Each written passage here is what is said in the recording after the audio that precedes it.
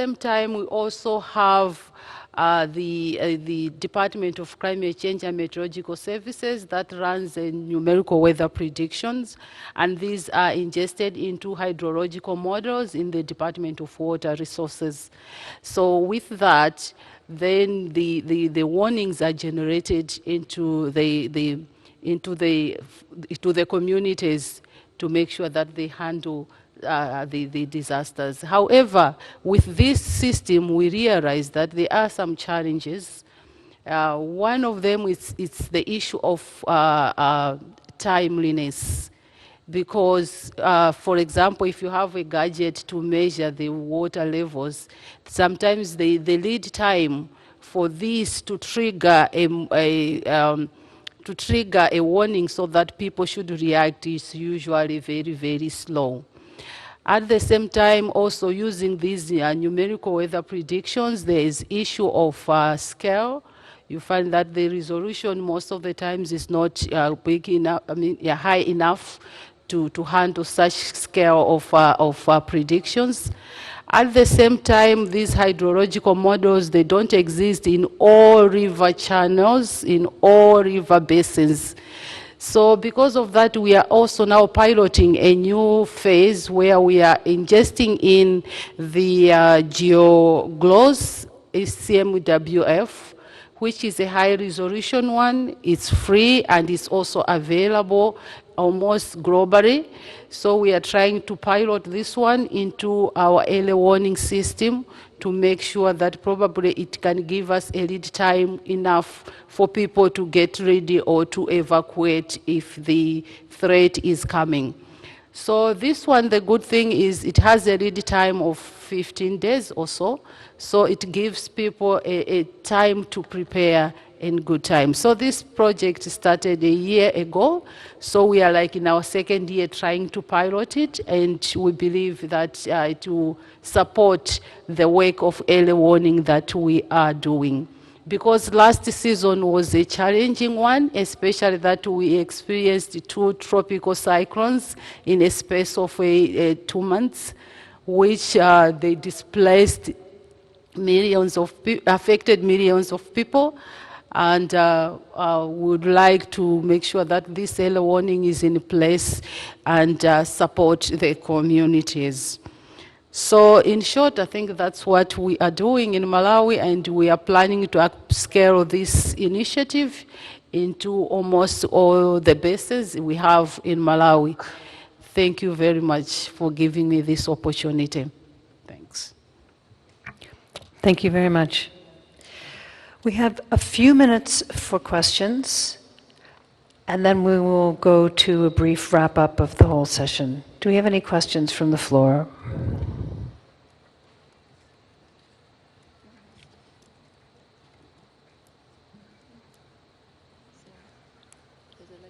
I think there's one. Yeah. Here in the 4th row, do you want to introduce yourself?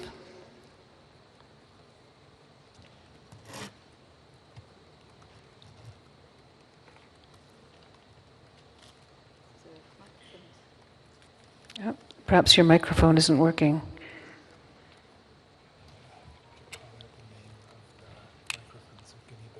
Okay.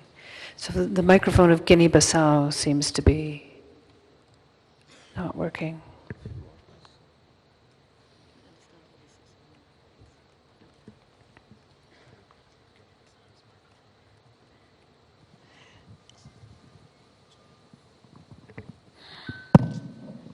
Okay. I'm Helen Millman from ICCI. I'd like to thank the panel for their very informative presentations. The polar regions are the fastest warming areas on the planet. What happens in these areas will decide the future of low-lying states and many of the world's major cities. Models tend to underestimate warming at the poles, making observations even more crucial.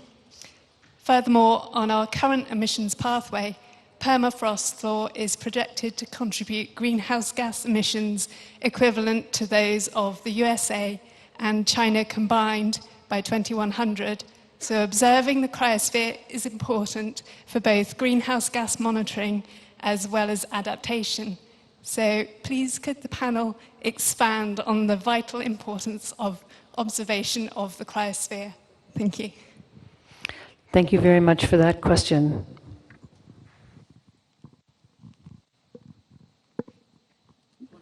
That's right. Please keep your buttons pressed down so we can see. Okay, if you keep your buttons pressed down, we can identify you, and maybe raise your hand. That would help as well. Here. Hello? Okay. Hi, And yes, then- St. Kitts and Nevis.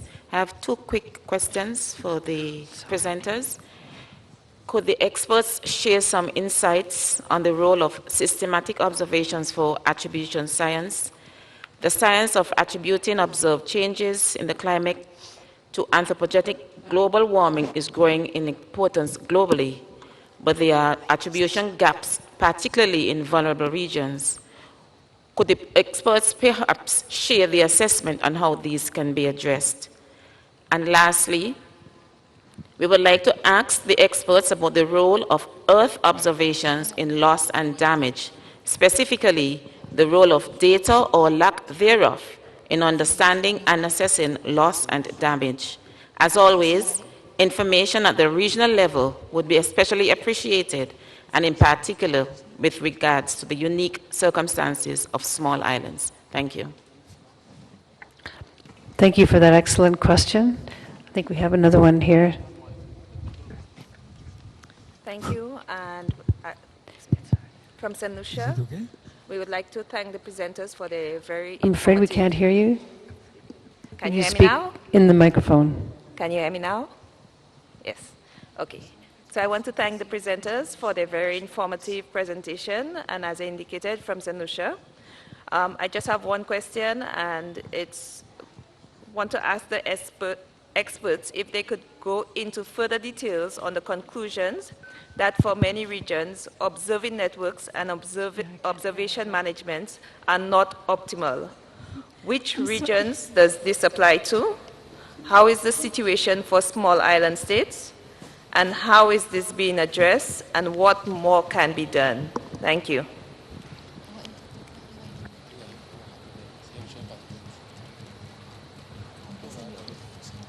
I'll just come over here.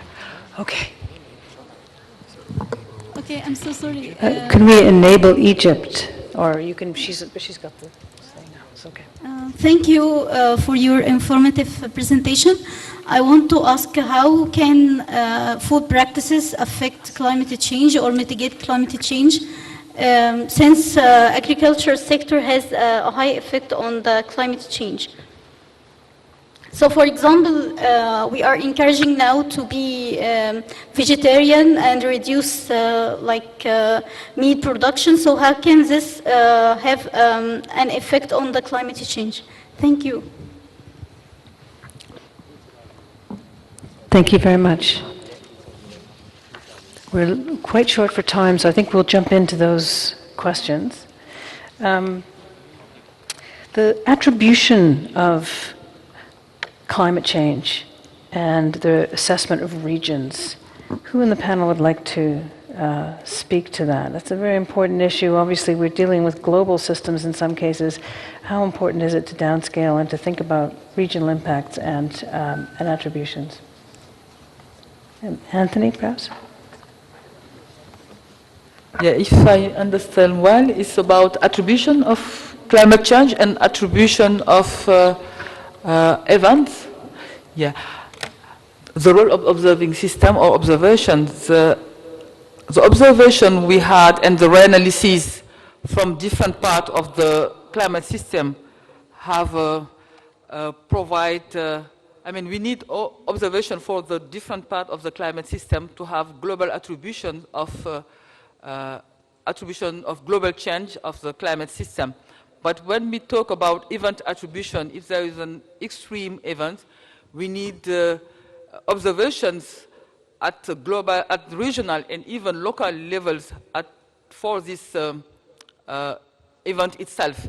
And it is a complex exercise using modeling, statistic tools, but we need a lot of observations and precise observation for a given event. Maybe. Thank you. Hans Otto. Yeah, thank you. To add to that, from the point of studies of impacts on human society and ecosystems, we are also assessing the attribution to climate change and extreme events, certainly building on the efforts of Working Group 1, which have largely improved in terms of attributing the intensity and occurrence of extreme events to climate change, but within those systems that we are analyzing based on observations and statistical analyses, we are also attributing then to those events. Thanks very much. Any other comments from the panel? Anthony.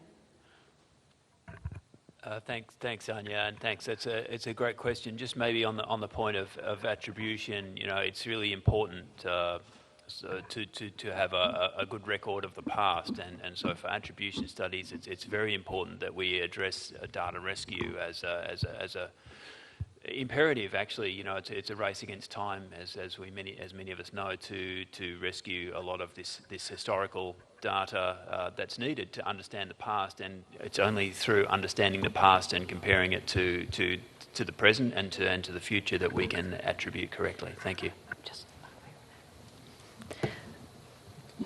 Thank you. Hans, did you want to say one more thing?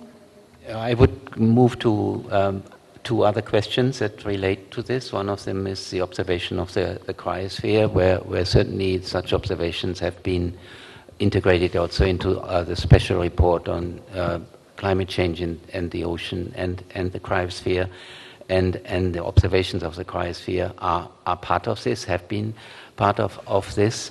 There needs to be a systematic continuation, and I think with respect to Polar Research Organization, some of these observations are in place, very important, especially for ice cliff instability issues, where we need more certainty in terms of our findings and the projections resulting from that.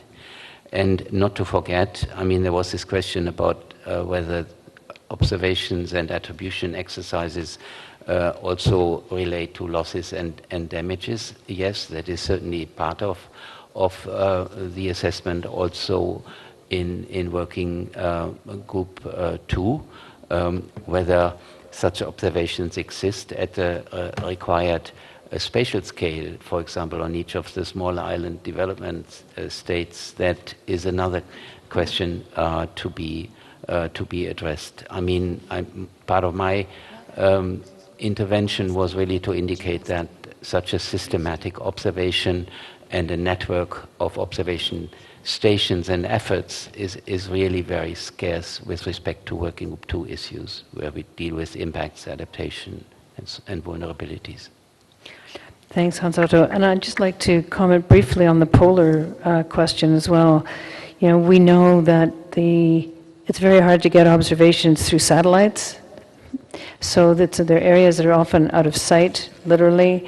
Very hard to get ships and other observing systems there. Autonomous vehicles and under ice Argo floats are making some progress, but it's still a very challenging area to observe in some of the most quickly changing areas in the world. So certainly very difficult to resolve the Arctic and the Antarctic and the Southern Ocean. And we just had a cruise in the Southern Ocean where the first 3 weeks, I think, was impossible to operate and take observations because the weather conditions were too extreme. So I think it's a really critical issue that you've raised.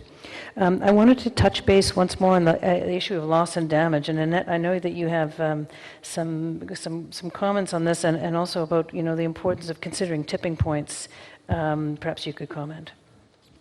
Yes, so I would like to add something to the comment on the cryosphere monitoring in the polar regions. So the components of the cryosphere it's really crucial to monitor that in the context of global climate tipping points. So satellite data have been shown very valuable already to see where we are, that we are close with some tipping elements already to some thresholds. But we are not yet there that we can facilitate early warning for all the tipping elements. And that's also true for some of the polar or the cryosphere elements, including the permafrost, as has been mentioned. It's very challenging here. And it's similar challenging also like for the ocean as tipping related to oceans. So there we need more consistent observations and more, and we need also to think about innovative ways and how we can use the information that is already existing from satellite records and to combine that with the in situ observations. Thank you. And Sarah, I believe you might be able to address the risk and loss comment as well. Thank you, Anya. Yes, we at GEO work with space agencies, national authorities, experts on the ground to provide capabilities that really enhance the services of meteorological offices. So we enable essentially more lead time for early warning, which gives government more time to prepare, more time to respond to a crisis, and therefore alleviate losses and damage in a cost-effective way. Essentially, by combining satellite information and ground data, it is possible to have more timely and accurate information.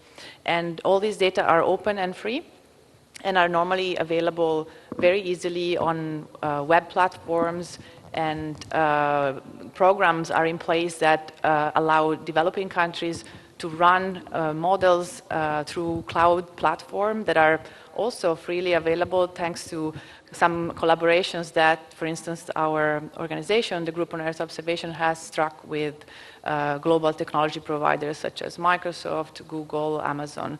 So this is another tool that supports developing countries, and I know that there is a lot of interest by developing countries to establish national Earth observation-based monitoring systems in different sectors, in agriculture, for flood risk management.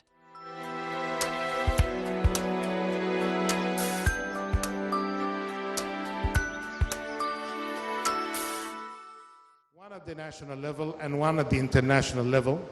One at the national level, when the governors are going to be owning fully the competition, and this is going to be part of the test really, not just their projects, but how they present themselves. If their system fails, their system fails. This is a good way for compete, and I bet their systems will never fail because they have now the experience and they know where they can shop for help and support.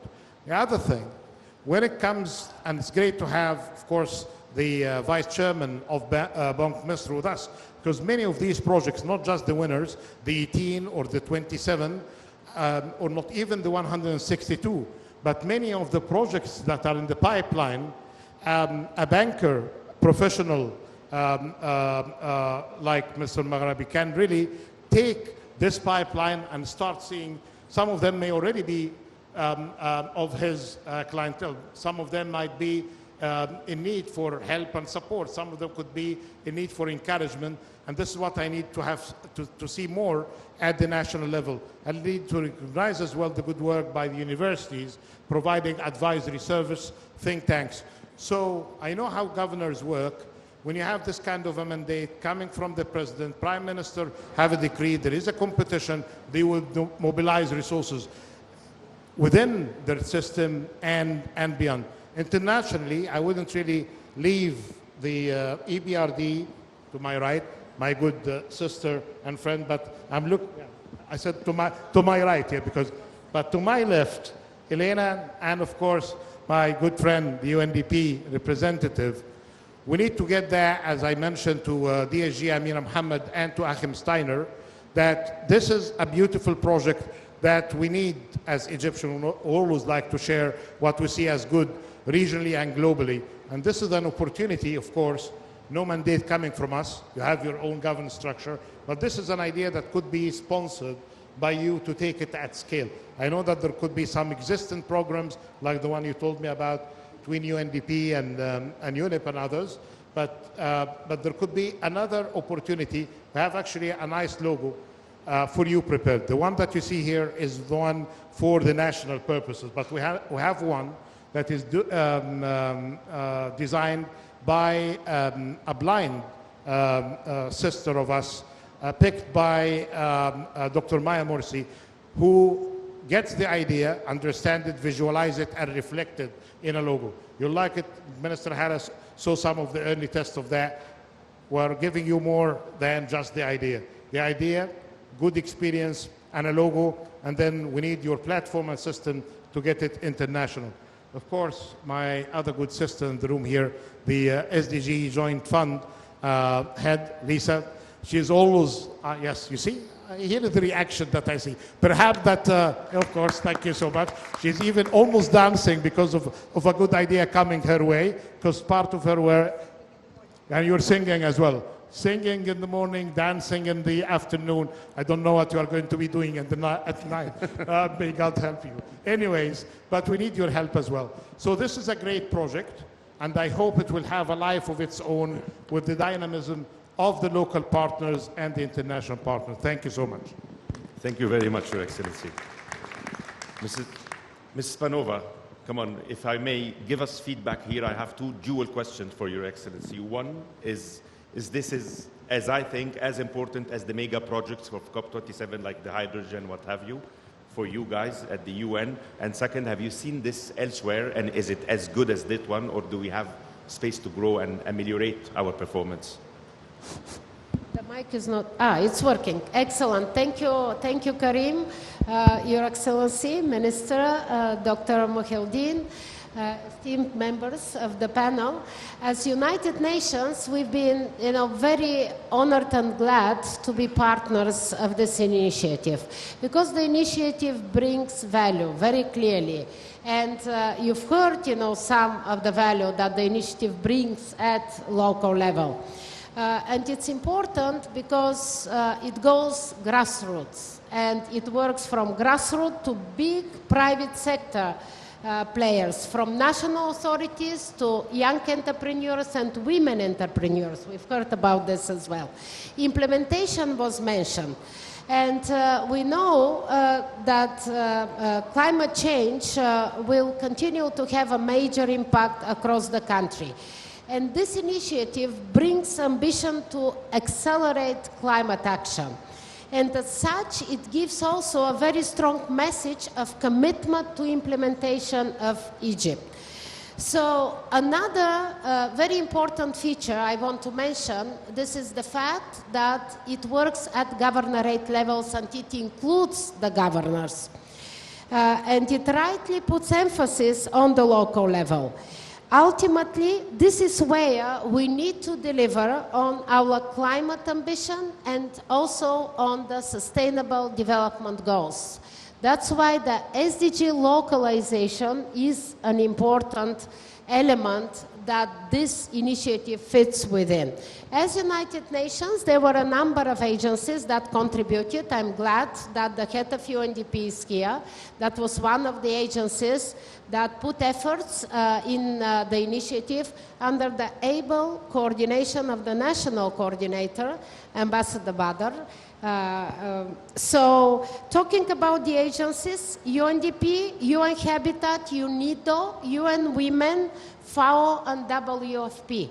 These were the agencies that already contributed, but most important is that going forward, they will continue to accompany the journey of all the projects, not just the winning projects, but the rest as well. With capacity building, with technical assistance, we will be there. So I just want to, mention that the partnership demonstrates as well the value that we as United Nations can bring to the table as a partner in sustainable development. And I will conclude here, Karim, by saying that we are standing with you today at the COP27, but it's more important that we will be by your side and by the side of all the participants beyond COP when the actual work will happen. Thank you. Thank you very much, Mrs. Spanova. My dear friend Dream El Sadi, I'll move to you. I understand we were chatting last night and you have a nice surprise to announce about these projects through your talk today, so please. Thank you, Karim. He will make it work, okay, so you have to leave it to him. All right, thank you, Karim. Thank you, Your Excellency, Dr. Hala, Dr. Mahmoud. I'm very happy that I'm given the chance to speak today. And actually, I'm very proud that EBRD was selected to be a partner in this very special initiative, that we see it as unprecedented. It's an initiative that is for the first time happening in Egypt, and we hope to see it replicated in other countries. Because, of course, of my responsibility at EBRD as the SME Finance and Development Manager, I will focus on SME startups and in women-based enterprises in this initiative. So, two things that I find it very inspiring about this initiative. The first thing is that SMEs, for the first time, are being seen as drivers of solutions for climate change. Usually, we don't see as, although they are the backbone of the economy, they contribute more than 90% of enterprises. However, at times like this, when we are facing a very uncertain future because of the status of the Earth climate, SMEs are not seen as playing a role in climate change. However, with this initiative, we have seen startups, SMEs, women-led businesses that are actually the driving force for solutions for climate. It was inspiring to see SMEs finding solutions for recycling using robots or using technology in climate forecast for agriculture. Very inspiring ideas that we have seen out of this initiative. The second thing that we find it also intriguing and very, very inspiring is that this bottom-top approach that we have seen in this initiative, and for us this is unprecedented, made us capable of spotting and identifying SME and startups that are usually off the radar. They are in remote areas. They are in governorates where not a lot of services are available for them. So this really inspired us to see that there are opportunities out of Cairo, Alexandria, and the big cities. There are very inspiring startups, SMEs that have solutions, but needs to be in the light, needs to be shown in the light. And this happened through this initiative. And that's why we were very, very happy to be part of it and really proud. Finally, I would like to announce that EBRD is offering a package of, as an award, a package of full services, advisory, coaching, mentoring, specially tailored advisors that will be available to help promote the growth and development of 6 out of the 18 competitors or contestants. Maybe next year will be more, hopefully. But this year we have spotted 6 amazing startups, SMEs, that we would like to adopt them, incubate them for the coming 2 years and offer free of charge all types of advisory and support, and hopefully access to finance later on with our partner banks. And also we would like to see this initiative, EBRD partnering with this initiative in replicating it every year and in actually exporting this idea to other countries where EBRD invests. It is something we would like to see it going more global. Thank you very much. Thank you very much. And I think on behalf of everyone on the panel and on behalf of actually all Egyptians, thank you for taking the lead in supporting, because I think this is where we need the domino effect and to take it to the next level. I'll move to Alessandro, if you allow me, of course, to call you Alessandro. So what more can we get out of the UN system, Alessandro? I mean, I'm having in mind support and program elaboration, project elaboration. He will make your mic work, don't worry. There is a genius sitting out there. So how to further assist locals and young and entrepreneurs in such things. And by the way, have you seen some learnings in the projects that you've probably followed or seen? Are there gaps that we need to fill? Are there lessons that we need to tell the next people who are going to submit projects? Thank you very much. And just first of all, congratulations, of course, to the Ministry of Planning, to Dr. Moeddin, and to all those that contributed to this project on Green and Smart projects, and the National Green and Smart projects. We are very pleased to support the initiatives as it promotes innovation on local level. I particularly like the project, I think, and the fact that we are talking about it here is because it connects the global to the local. A lot of what we talk about here, requires so much of local, And this project obviously has this purpose in mind to connect those two. In terms of what we would call them, in UNDP we would call them innovation challenges. So we've been doing similar things across the world now for some time. And I think what's important there is some of the elements that I believe this project is also very much looking at. So integration of various groups, youth, women, of course local level, and really to bring the action that we do and that is being done at the local level. And there's so much that can be done, really, on those things. I also want to congratulate, I don't know if they are here, the winning teams that came out of this competition. I know that a number of them came to COP. When we do competition, often we say congratulations to everyone, because normally people put a lot of efforts inside, and it's unfair normally that only 2 or 3 get this advantage. We've contributed to this project, but also to many others, often by helping with the evaluation of the projects and supporting them, of course, to be able to participate in those events that they are involved. Obviously, this is a great initiative also in the Egyptian context because of the Decent Life initiative and how much it means to reach governorates, to the processes of localization that we are all involved in. But I think it's just beyond Egypt as well. It's this type of things. We have, as UNDP, we have launched a few years ago a network of accelerator labs. And those were, the idea there is really to get the innovation out, to try to think a little bit outside of the box, to work with the local level, to map the situation, the challenges, and then to find solutions. We have one in Egypt as well. They are helping similar initiatives to this one. Of course, again, congratulations on this initiative. Thank you very much, Alessandro. Akif, has this ecosystem helped you as a banker de-risk such projects and be more aggressive and more motivated to go and support?